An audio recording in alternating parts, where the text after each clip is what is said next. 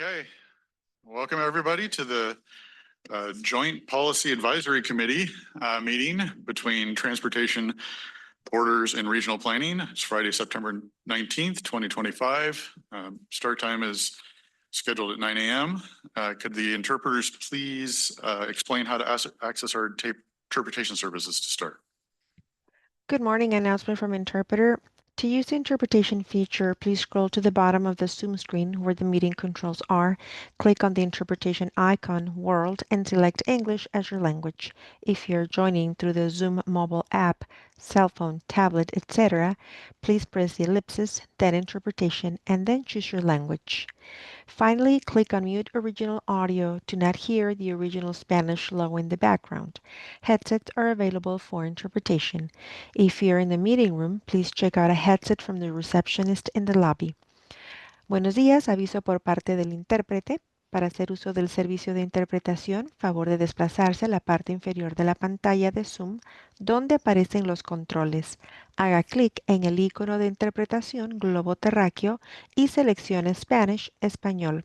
Si está utilizando la aplicación móvil de Zoom, celular, tableta, etc., presione los puntos suspensivos, luego interpretación y luego el idioma.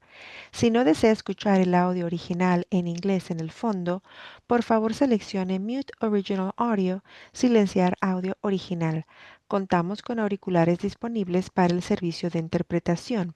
Si se encuentra en la sala de reunión, favor de pedir auriculares con la recepcionista en el vestíbulo. Gracias. Thank you. Thank you. I would like to take a moment to acknowledge the land that we call home. The tribal nations of the San Diego region have historically faced injustices. We acknowledge the harmony that existed between the land, nature, and its original peoples who have since endured displacement, persecution, and systemic oppression. We pay our respect to the unceded territory and homelands of the 18 tribal nations in our region, the most in any county in the United States, from the four cultural groups, the Comayagdigeño, the Sueño, the Copueño, and the Cahuilla.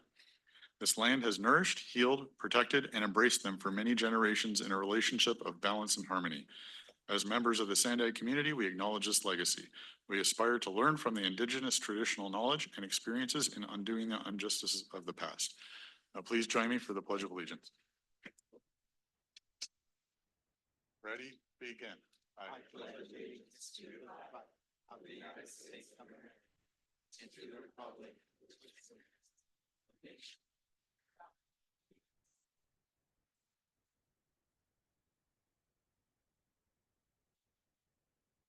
And Francesca, can you give us quorum status on the three committees? Thank you, Chair. We do have a quorum for both the Transportation Committee and the Regional Planning Committee, but not the Borders Committee just yet. Great, thanks. With that, we'll move on to the agenda. For public speaking today, I've asked public speakers to be given 2 minutes to talk about their topics. We will start with non-agenda public comments. Francesca, do we have any non-agenda speakers? Thank you, Chair. We do. We'll start with Purita Javier and then Cesar Javier.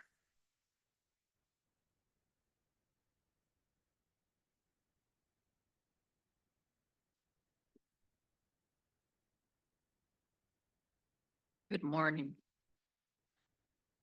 I am Purita Javier, senior victim of ceramics toxicity in a residential zone community since 1984. This is our primordial threat to our health and safety. Second, highly possible home invasion from the last 14 occurrence. We need more patrols. 3, fast-moving traffic. Our request for basic bump for 2 sites since 2022 was never addressed despite city district D9 staff premises, 4 open city street connecting Boise Street to Altadena for service responder and shortcut for pupils going to schools. 5, protection from erosion and mosquitoes vector from Choya's Creek. Since cracks and potholes at Choya's Parkway, 7 allow farmers in proximate neighborhood to farm at new routes. CDC. 8, we need protective walls against radiation from SDGE substation transmission line. Residents are Thank you. 70 Your time feet is away. expired. Our next speaker will be Cesar Javier, followed by Arun Prem.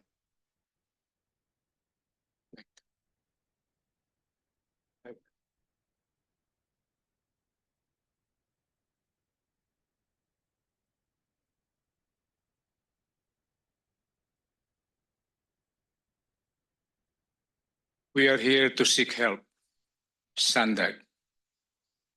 And unfortunately, leaders, representative of the city, have not done nothing, have not done anything, careless. But we are here also to offer our solution to Tijuana River toxic generating or pollution. We have water pollution, we have land pollution, we have ocean pollution, coastal pollution, name it. It's all there. If you mix it, it's a threat to health and life. Suck or make a dam. We have many sandbags and materials here. Pump it out, load it, city trucks. We have new trucks in the city and bring it to the treatment plant. We need water, more water. Board County Representative Madam Molina, we attended the Water Authority and they are discussing something about need for more water. We wash these toxic things on land and pump it and bring it to the treatment plants. We have 3 treatment plants. I'm not sure there are more. Dig at least 1 meter down to our imagination. Take it to the landfill. Pour again water and water and water. Suck it to the treatment plant until everything hopefully will bring to life. Both saltwater life, saltwater life. This is our humble solution to you guys.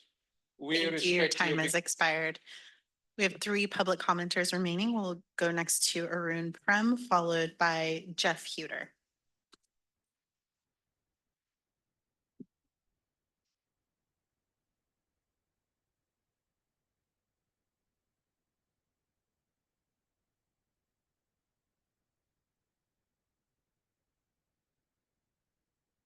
Good morning, everyone.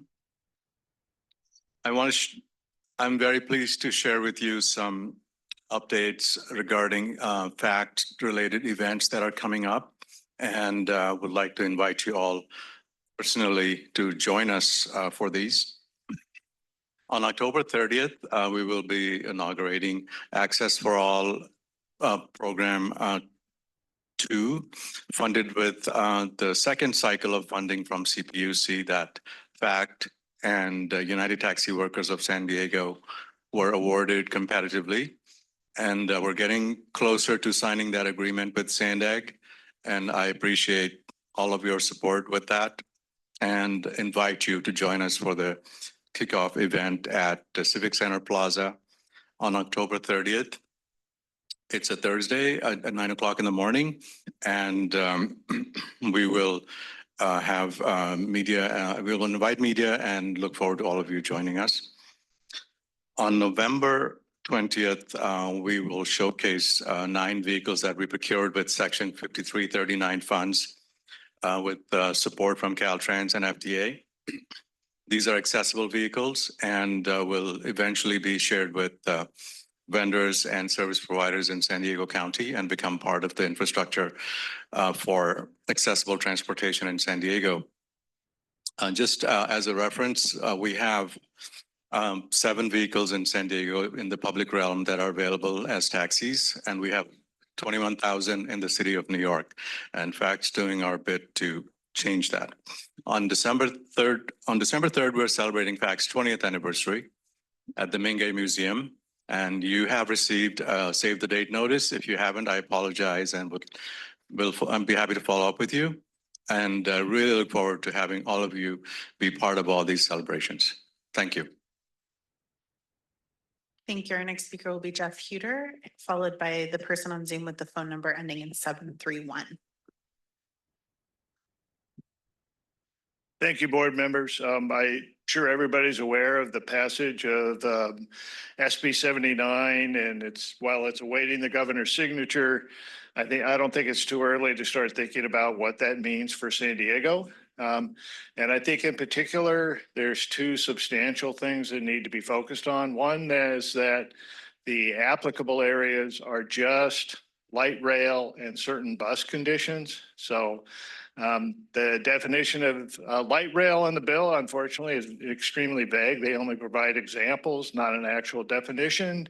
So it leaves into question whether the coaster's exempted, but not the sprinter or the coaster. So that'll have to get sorted out. The second aspect of it is, it only applies to the RTIP, the Regional Transportation Improvement Program, not the Regional Transportation Plan, which means only those projects that actually have gone through feasibility study and actually have dedicated funding can be included in here. So the RTP is speculative and way out there. We'll talk about that later, but those cannot be included. So that limits it to only the existing trolleys, and it only applies it to those existing busways that have dedicated bus lanes, not shared with bicycles, for example. So that disqualifies almost all of our existing so-called rapid buses today. We only have a couple of sections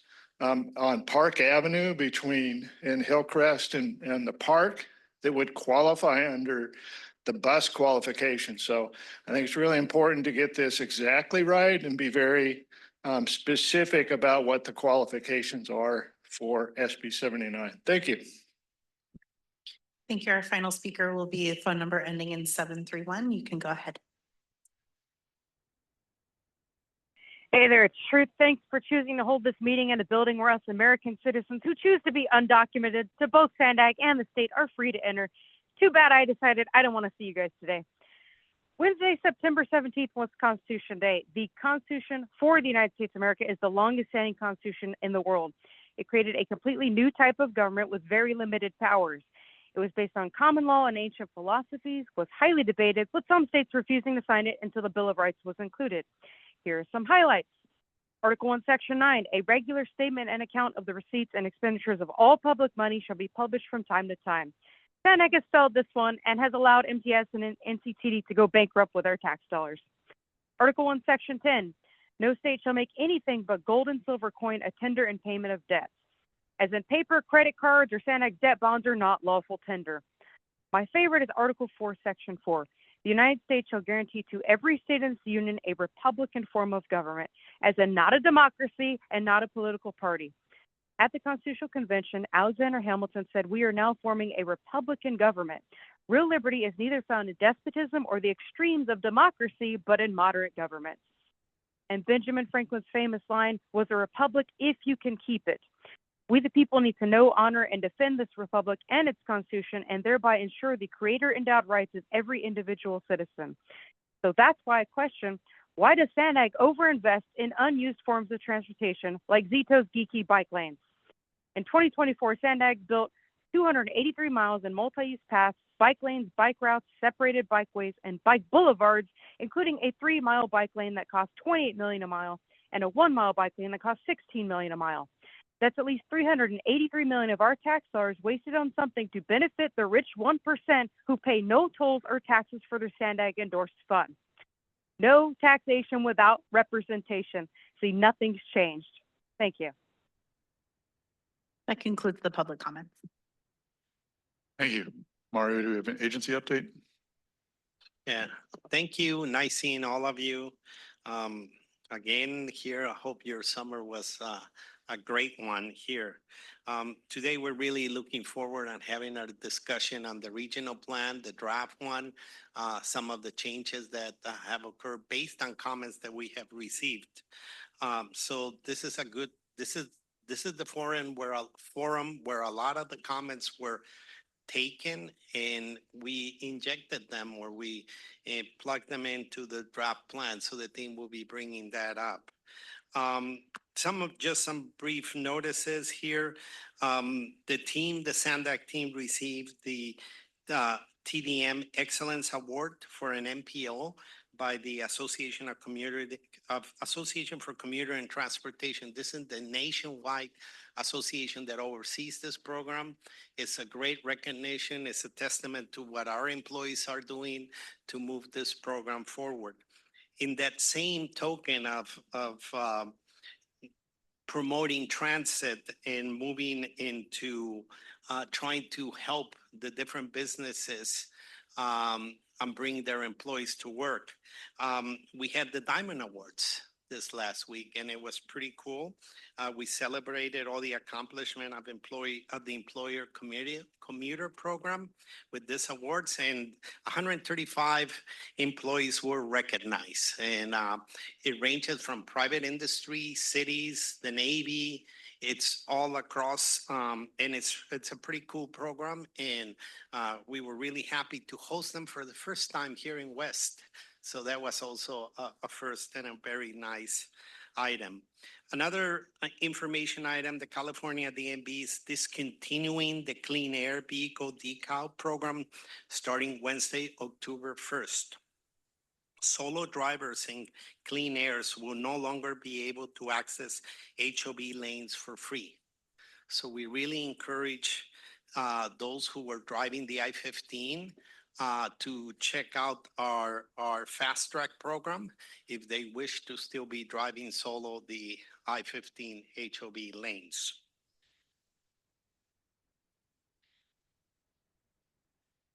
I made this comment at the board also and just want to reiterate, SANDAG oversees the Comprehensive Fare Ordinance, which provides the regional framework for transit fares implemented by both MTS and North County Transit.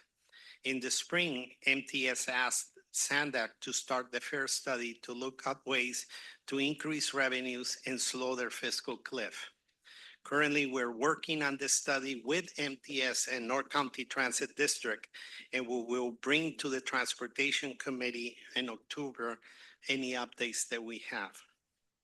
On some project updates, just want to mention that were three major agreements that were signed on Otay Mesa East, the addendum with the Mexican government, the infra grant agreement that solidifies the $150 million grant that was awarded to the project, and the donations acceptance agreement that signed between Caltrans, SANDAG, General Service Administration, and U.S. Customs.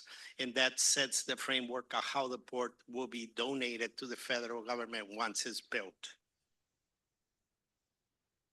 On a construction update, I just want to let you know, remind everybody that this weekend we will have an absolute closure window on the Lausanne Rail. The all rail service will be closed Saturday, September 20th through Sunday, the 21st. And this is for the Del Mar Bluffs project and the Batequitos Lagoon. And a reminder, the Clean Air Day is on Wednesday, October 1st. And I do have a final comment that it's very fitting for the RTP. We're working with Air Resources Board and EPA to try to understand the EPA waivers that were rescinded to California. We're trying to understand what are the rules in the game for our federal air conformity. So we'll keep you all updated as we keep trying to figure this out. That concludes my comments. Thank you, Mario. Do we have any committee members wishing to make a non-agenda comment? Seeing none, we will go ahead and move on to the main topic today, which I know staff has been anxiously awaiting the end game here. And so we're very close and do the regional plan update. I will hand it over to Antoinette to kick this off. Thank you, Chair. Good morning. Welcome to what I think is our first joint policy advisory committee meeting in the new space. It's nice to actually have space to be able to accommodate these and not have to hold them offsite. The last time we got together, I think earlier this year, was before we were releasing the draft plan. We were letting you know that we were releasing the draft and giving you some insight into what was included. In May, we did release the draft plan for the required public comment period. And so the purpose of today is to really talk about the comments that we got during the public comment period and the changes that we're proposing to make to the plan between draft and final. So there's no surprises when we come to you in December and ask the board to adopt a regional plan and environmental impact report. The EIR is actually still out for public comment until October. So we don't have anything to share on that with you today, but we'll give an update when that public comment period closes as well. So while the focus is on the changes between draft and final, I also want to provide a little recap of all of the work that we did with the board, with all of you over the last 3.5 years, really, to get to this point today. Some of you have been along for the entire time. You've gotten a lot of information, a lot of presentations, a lot of discussions on the regional plan. You're probably sick of hearing about the regional plan and ready for December when we can move on. But we appreciate all of the time, attention, and feedback that you provided. Some of you are newer to this process. We just want to make sure you understand what all went into getting to this point. Before we talk about that, though, I think it's always important to start with what the requirements are, what the guardrails are, the rules that we have to follow to put together a compliant plan. And it's important that we have a compliant plan because, as Mario always says, no plan, no money. So if we don't have a plan that's approved by the state government and the federal government, we are not eligible. And by we, I mean all of us, any entity that uses state and federal money for transportation projects, we're not eligible for those projects until we have a compliant plan. So there's many, many laws and requirements, but they generally fall into the categories here on the slide. So I'll start with the left and the federal laws. And Title VI, we have to comply with. We have to do an analysis to demonstrate that the plan doesn't cause any negative impacts to vulnerable communities. Air quality is another federal requirement, and Mario just mentioned that we're in a little bit of a challenging situation right now. So San Diego is what's called a non-conforming area. Our air quality is worse than national standards. So there's a very formal technical process that we have to go through, modeling to demonstrate that the projects in the plan won't worsen air quality in the future. The federal government took action recently to, and that resulted in the air quality model that we use being invalidated. So we're in a position right now where we don't have an approved federal air quality model to be able to demonstrate that our plan conforms. So we're working very closely with other MPOs across the state. This isn't unique to SANDAG, it affects everyone, but it just so happens that we're at this critical point in trying to get our plan approved. We're also working with federal and state partners. We understand that we should have an approved model later this year, but if not, we do have a sort of 1-year grace period after the current plan expires in January to kind of get this worked out. But we wanted to flag this for you, and we'll keep you updated. I think we're meeting with your city managers next week, and we'll talk to them about this as well. At the state level, we have laws related to housing and land use. We have to show how we'll accommodate the regional housing needs allocation in the plan. We have to show how future growth for housing and employment will be located near existing or planned transportation investments. And then the law we talk a whole lot about is Senate Bill 375, and that's the law that requires us to demonstrate how the plan will reduce greenhouse gas emissions by reducing vehicle miles traveled. And the state sets a target for the MPOs. Our target is a 19% per capita reduction in greenhouse gas emissions from vehicle miles traveled by 2035. And this is based on 2005 levels. So this is a very, very hard requirement to meet, especially given the fact that we only have 10 years with this plan, 2025 to 2035, to show how we will have people driving significantly less than they are today. So developing the plan is a highly complex process. We're required to update it every 4 years. And honestly, it takes us about 4 years to do that. And that's really what I'm showing here on the timeline. So with this plan, we started back in 2022. And that first year was really focused on collecting new data. One of the requirements we have is that we have to base the plan on the current data, current planning assumptions. So we did a lot of survey work, collected a lot of data, and updated our modeling and analytical tools that we use to evaluate the plan. Then in 2023 is when we really started working with you, the public, our stakeholders, to set the goals for the plan, to understand the board's priorities, and to start talking about projects and programs and policies and doing some initial outreach. 2024, we developed what we called an initial concept. This is really new to this plan. Normally, we don't do an initial concept before we come out with a draft plan, but we really wanted to get feedback early on the projects that we were proposing to put into the transportation network. We did some preliminary modeling and analysis as well. And then this year has been focused on draft plan, releasing the draft plan, getting comments, releasing the draft EIR, getting comments, and then ultimately coming back with a final plan in December. And the board has been involved and the PACs have been involved in every step of the way. More than any past plan, we've done a very robust outreach to all of the critical stakeholders, but particularly the board, because they asked early on to be much more involved in the development of this plan, to really understand it and to weigh in on it at every step of the way. So starting back in 2023, we hosted a series of workshops, and the goal was really to understand the board's priorities and to start to develop consensus around some of the key elements of the plan. That continued in 2024 and 2025. I actually think we're missing one in 2025 because we spent a good part of the time at the board retreat talking about the regional plan as well. We also do a formal tribal consultation process, and you may not be aware of that, but we started that back in 2023 as well. And we've got different venues for doing that, different forums. We have both a tribal transportation working group and we have a tribal task force. Also during that time, we had some leadership meetings. We did one-on-one meetings with the tribes to really understand and make sure that they knew what was in the plan and that their priorities were reflected in the plan. The tribes have what they call their ITTS. That's like their own version of the regional plan. And we want to make sure that we pull the appropriate projects from that and capture them in our regional plan. And then we did a lot of public outreach. This slide is focused on the public outreach we did after the draft was released. So this is not the only outreach that we did. We did much more in the early stages of the plan. But between May and July in that public comment period, me and the team went on a roadshow. We went out, we did a lot of in-person learning sessions, workshops, presentations to different stakeholder groups.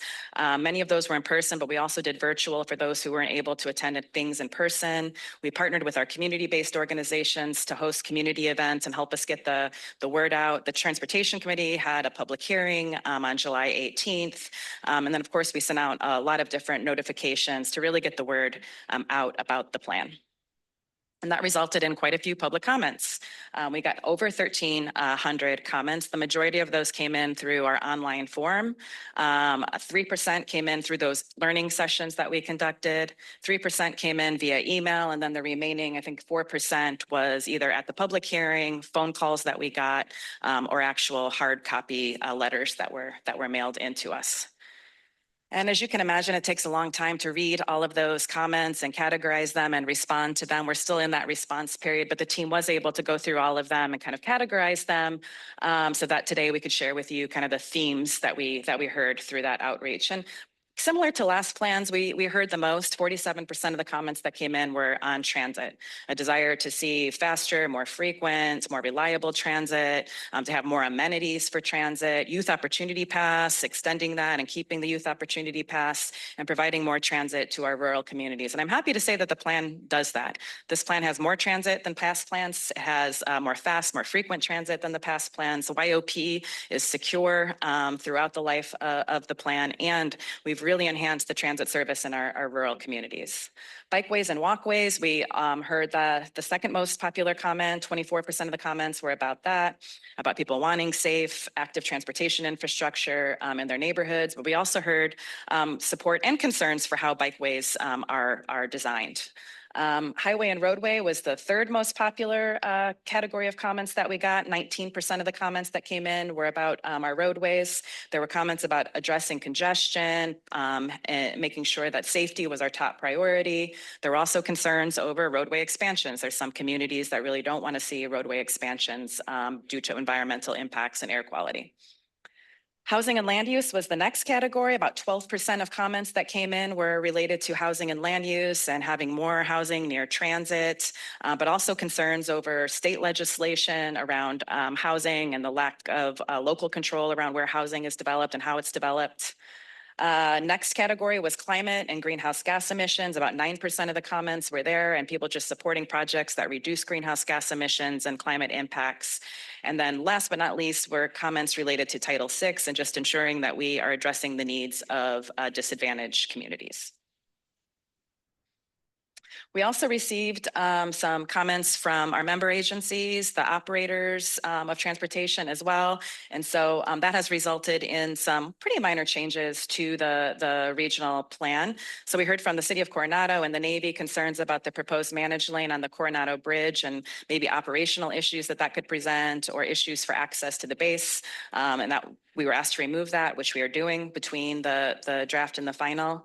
The SR 125, Caltrans has completed their draft preliminary analysis on what it would take for us to transfer the road back to them. And the costs are coming in pretty high to make the improvements that we need to. So we won't be able to remove the toll prior to 2020-35 in order to be able to make those improvements and pay off the debt.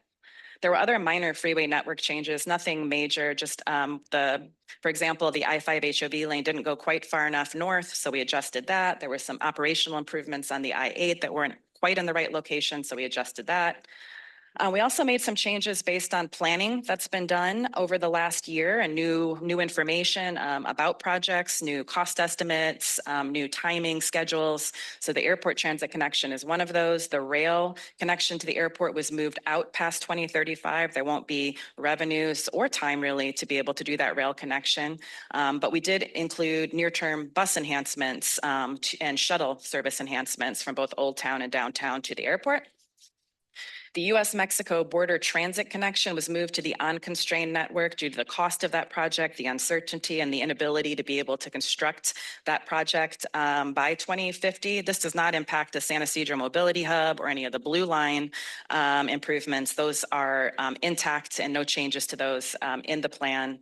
But the cross-border trolley concept was moved to what we call our unconstrained network. What is unconstrained? Unconstrained means a project that we don't have an identified revenue source for, that we couldn't build within the time frame of the plan, but that is still of interest to the region and we don't want to lose sight of it.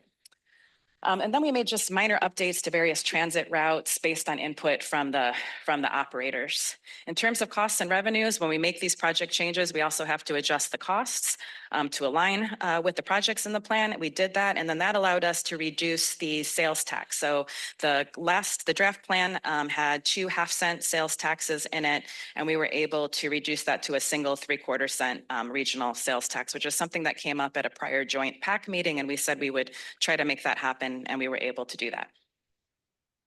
So really the network doesn't look that much different because the changes proposed were minor. We still have substantial upgrades to transit, new and existing.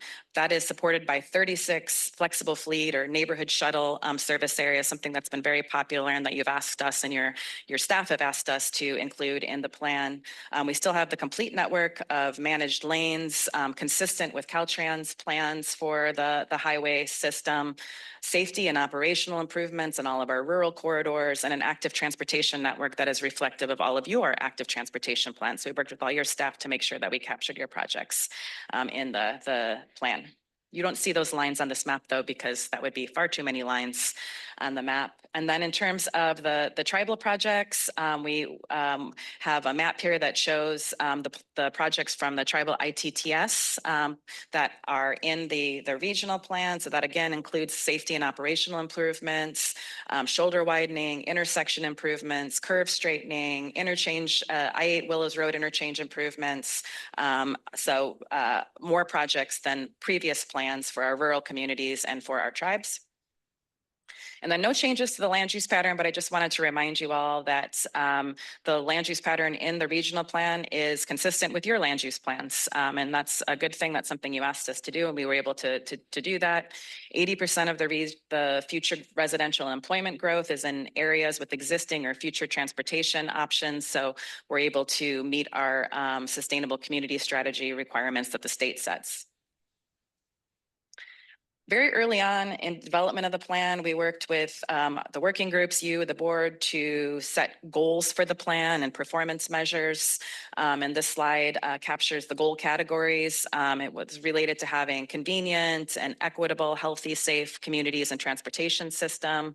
And we've been running the model with the updated transportation network. And I'm happy to say that we're trending in the right direction and achieving these goals with the projects in the plan. I'm also happy to say, most importantly, that we achieved our GHG reduction target, 19.36%. So we're close, but we did it, and that's very good news. In terms of the performance measures for convenience, travel times are going down for all modes, including commercial vehicles. So that's great news. In terms of equitable access, access to basic needs and opportunities like medical, education, jobs by transit improves with the plan. In terms of healthy communities and healthy people, GHG went down, so air quality is better, and physical activity related to transportation increases. So that's great. And probably the reason for that is that there's more safe, active transportation infrastructure for the communities in the region. So in terms of cost, the cost has come down even a little bit more. We're at 125 billion. This is actually the lowest cost regional plan we've had in well over a decade. And I want to remind everybody that this is not the cost of the new projects in the plan alone. This includes operating and maintaining what we have today and what we plan to build in the future. It includes all of our grant programs. It includes all of the money that we pass through to all of you for local streets and roads, our debt service. It is all of the costs for the transportation system between now and 2050. And we have to put together what's called a fiscally constrained plan, meaning we have to demonstrate how we could pay for everything in the plan. This is not a commitment, but it's just a demonstration of how we could reasonably pay for all of the projects in the plan. I have Michelle Smith here today in case anybody has questions about that, but we do have a fiscally constrained plan and a financial strategy to show how we can pay for everything in the plan. So in terms of next steps, we are almost there. December is when we will bring a final plan to the board and an EIR and ask the board to adopt it and allow us to submit it to the state and federal agencies for approval. I mentioned the EIR is still out for public comment. We'll close that period on October 13th. Next week, we have a presentation to the board, basically the same presentation. So some of you will get to listen to it again. But we also are trying to fit in a joint working group meeting in October. I forgot to add that to the timeline here, but not too much remaining to get us to the finish line. Really wanted to check in with you today, though, and have a discussion, make sure that you all are comfortable with what's in the plan, and we'll open it up now for questions. I'll hand it back to actually public comment and then questions. Thank you, Antoinette. Francesca, do we have any public commenters on this item? Thank you, Chair. We do. We have 4 public comments. We'll start with Cesar Javier and then Jeff Huter.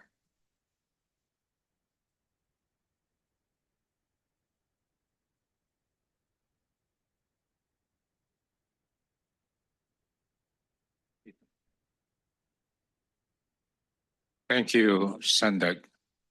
We are learning fast, and we value this, and we will remember this. We spoke with National City Council meeting. We spoke with these board members in the county, aging, independence, all of this, and it is reflected in this grandiose plan, which is reconcilable to what the government is all about. 250 billion. That money we could plan, that money we could implement. Just a reminder, no money, no plan, no accomplishment. I think we missed the lesson here money is not only the resource that would implement things in the right thing. We need the resource, trust from the public, trust from us, trust from you, and we ought to work all together. The showmanship of the core city is failing us. As just a lesson, sir. This is not all. You see, you have presented solution for those feedbacks from the public. Our city leadership is failing. I'll cite you an example. The Air Pollution Governing Board, which should come out an EIR, Environment Impact Report. Equity, transparency, nada. That's why they do not appear here, because their intent to our analysis is to protect big businesses as well as small businesses emitting air pollution. That is our observation, SANDAG. Sir Mario, let's do something about. Thank you. Your time has expired. Our next speaker will be Jeff Huter, followed by Jillian Quint.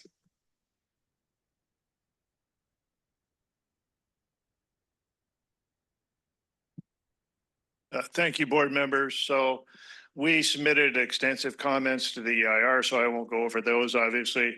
But the thing we always emphasize is often in these plans, we emphasize the housing or the source end of a given trip, and that's understandable given our housing needs. But what really makes transit work is the richness of activities at the destination end of a trip. And I think we should give more attention to that in the future. The other thing that's in this plan, it's really tight, right? So there's a lot of optimism about what funding is going to come in. There's a lot of optimism about every project is going to cost exactly what it's forecast to cost. We know that when time comes, that's not really going to happen. And so there's a lot of aspiration in this plan, but not necessarily what's going to happen. And the reason that's very important is not so much from the transit side of things, but what happens now that we're using these possible transit stops as places to build housing formulaically, whether it's under SB 79 or in San Diego's sustainable development areas. It's really important that those stops actually be accurate and correct and forecasted properly. We have a lot of labeling problems. So when we get done with this plan and we create our major transit stops maps, those really need to be major transit stops according to state definitions. And that means intersecting buses, stops have to be where the buses actually intersect. Bus rapid transit needs to be dedicated lanes and a number of other conditions. And we don't meet those today with many of the stops that are in our major transit stops maps. And we muddle the whole thing. Just labeling something as a rapid bus confuses people that that's bus rapid transit. Is not the case. It's a very specific definition. And we hope that when the maps get updated, they get updated very accurately. Thank you. Thank you. Our next speaker is Jillian Quint, who will be followed by Truth.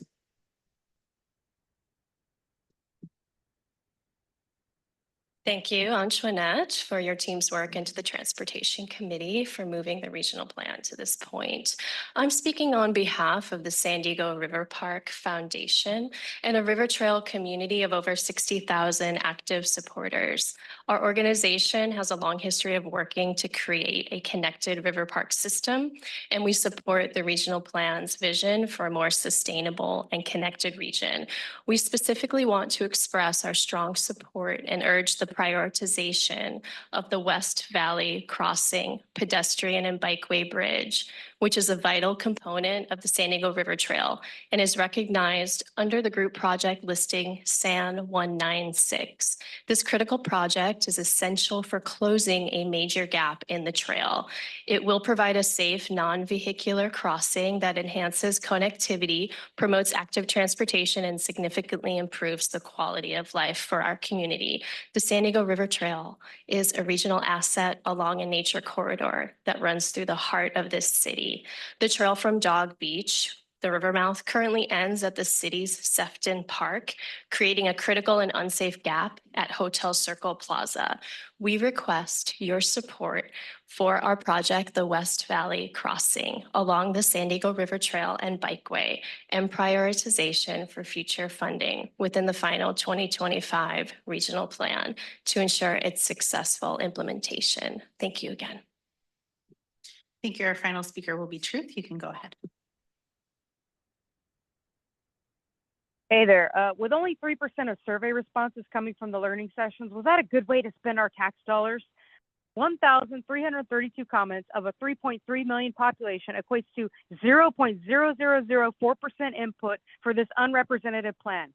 We know who can afford to organize minions to provide the artificial comments that don't represent the average person's opinions and realities. The climate cults and the political unions who've admitted to allying, as well as trying to control the SANDAG board. So to counter those paid comments and speak for the millions of residents of San Diego County, no to expensive political project labor agreements, no to anyone riding public transit for free because it leads to entitlement, disrespect, and crime.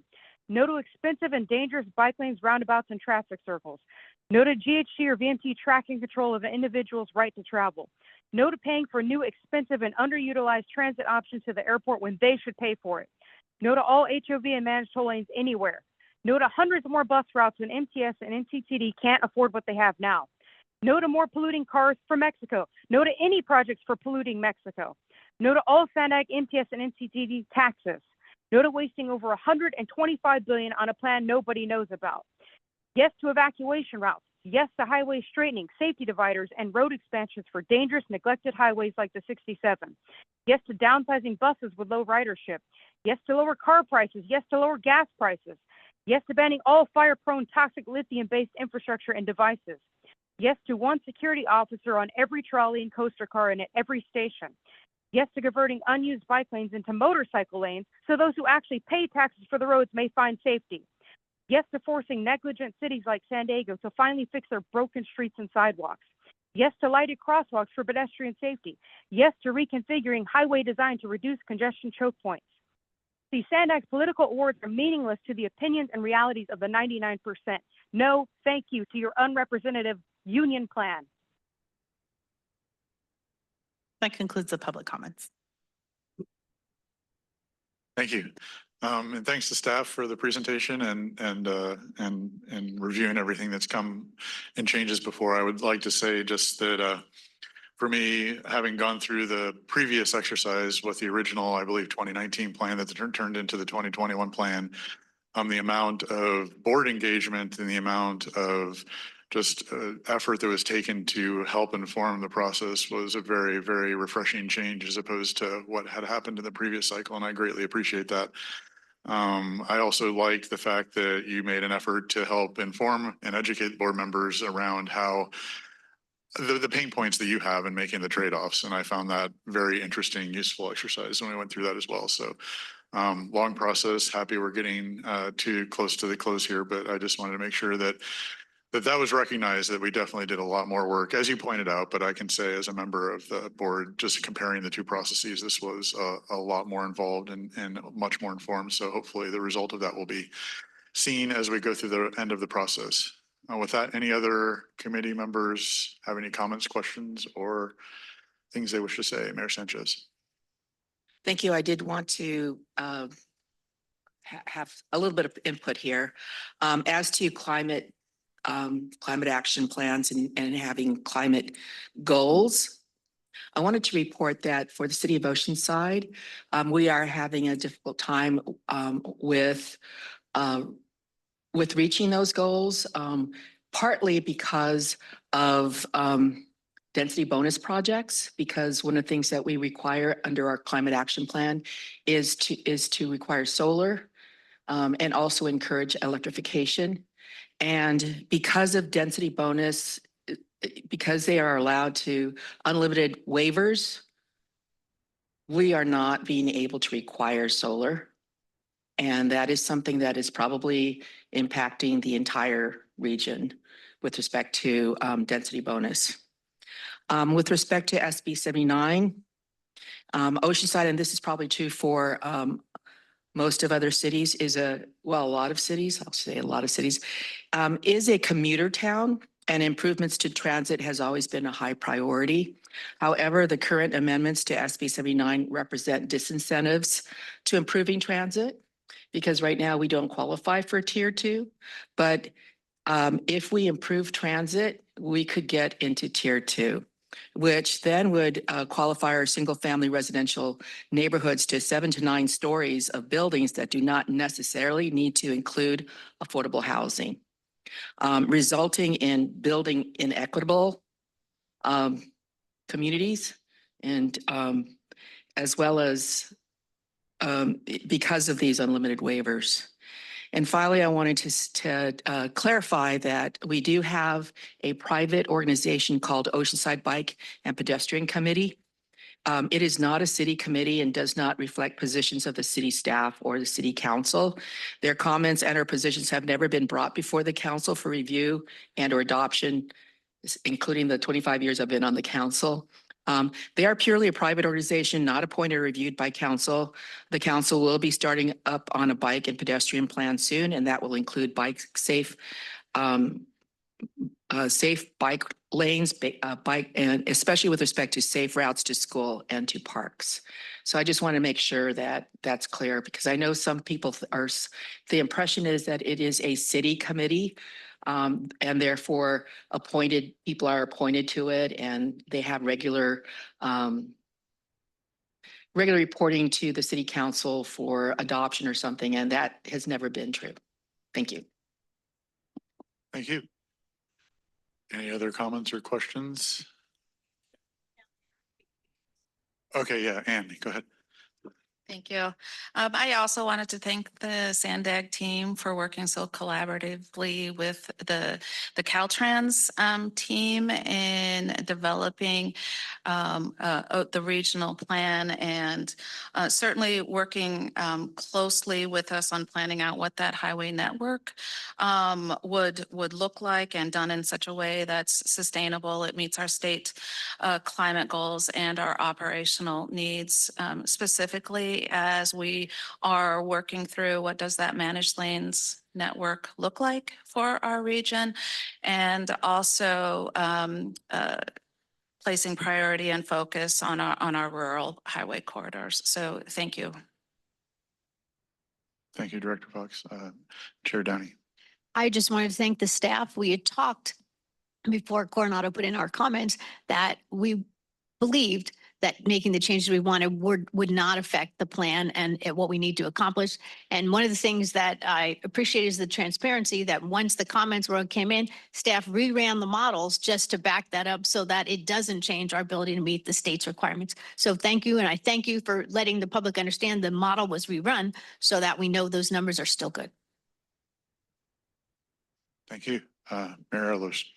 Yeah, I want to second what Mayor Sanchez said. I think it applies equally to Encinitas in every way, shape, and form. And then kind of take that same concept of, I think, what is negatively impacting us with SB 79 with density bonus waivers and the unintended consequences thereof. When we talked about the feedback we've gotten, and that's one of the things we're here to review, we had them all nice broad categories. And my question is, did we look at how the feedback came from the rural areas versus maybe the non-city areas versus the city areas? And was there a preponderance of some comments from some areas and some comments from other areas? In other words, we're trying to do a one-size-fits-all feedback to the entire county, and I don't think that applies, and I think that's exactly what Mayor Sanchez and I would be are highlighting. Yes, for the purpose of this meeting, we obviously tried to put it in broad categories, but share within those categories, there was often differing feedback that we got, right? Some pro-housing, some concerns about state housing laws, the same thing with roads and active transportation. Some want a very specific type of facility, others want us to be less specific. So the feedback under those categories varied.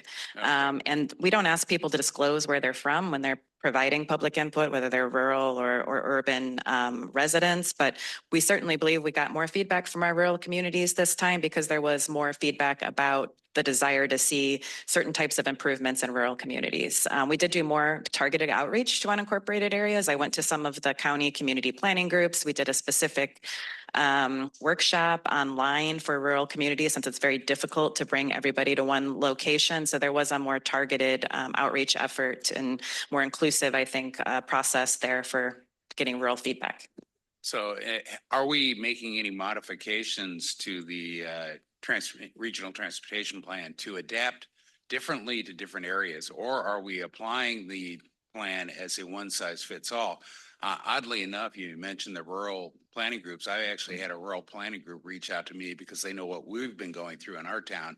And they're now finding they're having the same type of one size fits all, must fit in your, this is Fallbrook in particular.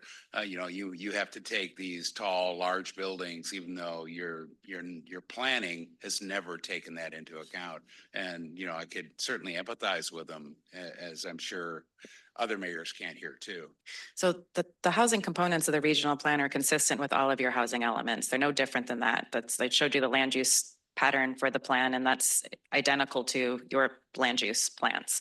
In terms of transportation, I think we try to be context specific. So different types of improvements on our rural roadways, different types of transit. We did hear that the rural communities wanted micro transit. We included that. We imagine that'll look very different in rural communities than it will in our urban areas. Probably not the little electric shuttles, but maybe a van type service. So yes, we do not have a one size fits all approach to the plan. I would also say this plan was really about being consistent. I said it was with your land use plan, but in general, like the active transportation network in the plan, it's all the projects that we got from your active transportation plans. We worked with Caltrans to make sure our plans were consistent with theirs. We worked with MTS and NCTD to make sure their priorities were captured in the plan. So I think a theme in this plan was really just kind of consistency and bringing together all of the different projects from the different agencies into one regional plan.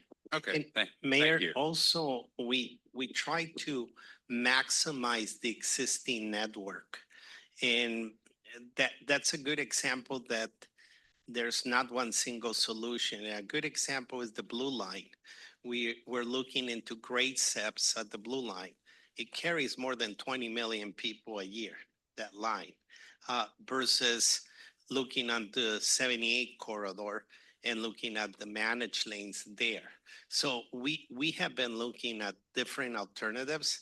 And as it relates to transit, if we would focus on transit, in some areas, we're trying to maximize the existing light rail service and rail service. And others, we're trying to maximize the highways with the rapids.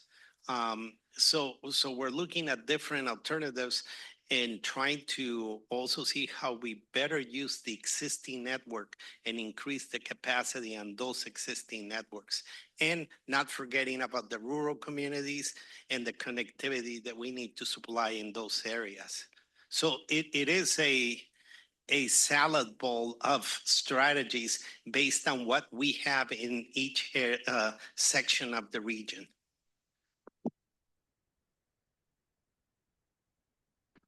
Good. Okay, thanks.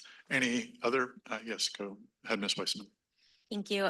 Representing sort of the community planning groups unincorporated areas of San Diego, I definitely echo your points. I think the regional plan is adequately taking into account a lot of the improvements we want to see with respect to evacuation access, safety for the rural communities, improvements to freeways, where we're seeing in North and East County, where there's a lot of congestion and there are projects that we want to see happen.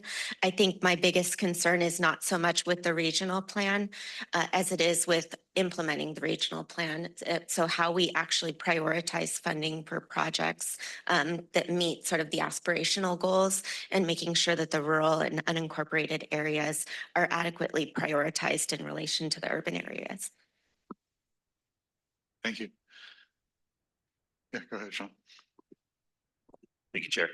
Thanks for the presentation and all the work that's been done on this. I'm curious, has there been any discussion or partnership with San Diego Community Power about ways in which some of the goals of community power could help advance goals that SANDAG has? I think the Regional Climate Action Plan has, if you want to speak to that, Keith? At the same time that we've been developing a regional plan, we've been developing a regional climate action plan. Good morning, Keith Greer. I'm the Deputy Director here in SANDAG Environmental Programs and Climate. So the regional plan is looking at the land use and transportation. We have a companion plan that's will be out shortly, which is a roadmap for our climate action plan. It's the first time we've taken a look across the region and looked at all the climate action plans, working with your jurisdictions, and compiled a vision for where we could go in the future on that. The community power groups have been a part of that group. And again, that plan will be out shortly for review by the public. Right. Yeah, I'm asking specifically about the regional plan because of the land use component. There are, I think at least, that there are opportunities for us to take into account potential solar projects as an example that could be weaved into some of the projects that we may want to do that could help offset cost. It could help us advance toward some of the goals that we need to reach. So I know we're like quite a ways down the tracks on this, but I do think it could be helpful to have conversations with community power that aren't solely talking about the climate action plan piece, but more broadly about taking into considerations the way that land use and some of our other goals could be better goals could be more easily pursued if we were working in partnership with community power. And the last thing I will say on that is, I think as a region, our resiliency, if we desire clean power, like I think we do, clean energy, we're learning right now that there can be pretty huge fluctuations in terms of federal investment in those projects, and the ability of San Diego to source some of that energy locally could be really helpful. So anyway, I think that there's some opportunity there. I understand we're quite a ways down the tracks. I do though think it could be valuable to at least have some conversations that that are more expansive in scope than I think they've currently been. All right, thank you, Chair. Thank you. Yeah, go ahead, Ms. Moreno, Councilmember Moreno. Thank you. Vivian Moreno here from the city of San Diego, and thank you for presenting this. We do understand that the regional plan is a tremendous undertaking. I have a few comments and a few questions. In regards to the outreach, and just for clarification purposes, the EIR is out right now. It closes for comments October 13th. And when will the full board hear all the comments? Or we can come back and give an update when the EIR closes. So either through Mario's agency update or a formal presentation to TCRPC PAC, we can get that information out. I meant the full board. When do they get to hear this item? Or they won't? I think it's the final, the approval of the regional plan. I think that's what you're referring to, Councilmember. Yes, yeah. We'll bring the final EIR in December. But we can do a report out to the board through Mario's agency update just on how many comments we received and anything that came up in the EIR of importance. I certainly don't need that. I just was wondering when, thank you. So in regards to the city of San Diego, the San Isidro Mobility Hub continues to be of utmost importance. Thank you for differentiating the transit. I was a little confused when you started the conversation. As most of you know, 90,000 people cross the border legally at the San Isidro port of entry, many of them Americans coming for work. 67,000 passengers is what we have on the Blue Line. 14,000 are jumping on the trolley. 20% of our ridership jumps on one trolley. I continue to push for that mobility hub to be at the forefront of this, of SANDAG's request for funding, focus, if you will. So this is my plug to continue pushing in that direction. In regards to the 125, many folks here have heard me, certainly the staff has heard me push for the 125 being free of charge. I've stated in regular board meetings that the South Bay continues to be the only region that's forced to pay for a freeway. The toll road has been embroidered in a lot of issues, and we should be working really diligently to make that a free toll road. Now, I do understand the constraints surrounding, and it's always going to be a moving target because we are working with Caltrans. I would like to go a little deeper into the cost. The city of San Diego in my district, although it was a much smaller project, we did relinquish Palm Avenue from Caltrans, and I know that takes some time, but those numbers are really high, and I just would like to dig into them as well. And the other thing I wanted to point out, and Mario's going to kill me for this, but Otay Mesa proper, a lot of the projects around Otay Mesa and the existing commercial border crossing, I don't think they're reflective in this regional plan unless I'm wrong. La Media Road, Siempre, Viva, Airway, although they are city streets, you have, 4,300 semi-trucks leaving the United States to cross into Mexico that are on city streets. And certainly SANDAG has been a big help to the city of San Diego in getting California Transportation Commission funds, but that's something that we're not done. So I would like to see some help from our regional plan and SANDAG as a whole, but thank you for presenting this. And I'm also, a last question I have, did you, considering the amount of passengers we have at the San Isidro trolley station, what was your outreach to that area or to that community?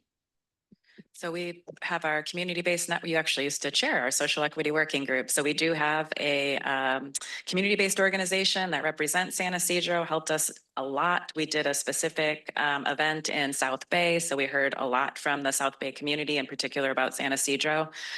So yes, there was definitely targeted outreach to the border communities for the regional plan.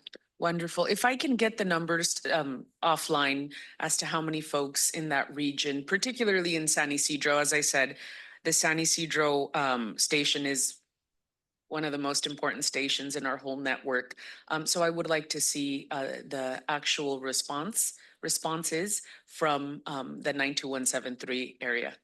We don't ask people to report where they're from when they provide public comments, but we can certainly provide you with the number of people who attended the South Bay listening session. Thank you. And I would like to see that you did explain that for the rural, and I apologize for not listening, but I would like to see those comments. Yeah, offline. And our CBO partner in San Isidro, we can ask the number of events that they did and the number of people who participated and share that.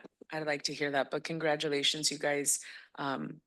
This is a big undertaking, and I'm glad you're keeping us current so that we don't jeopardize any precious state funds. So thank you. Thank you. Anybody else wanting to make a comment?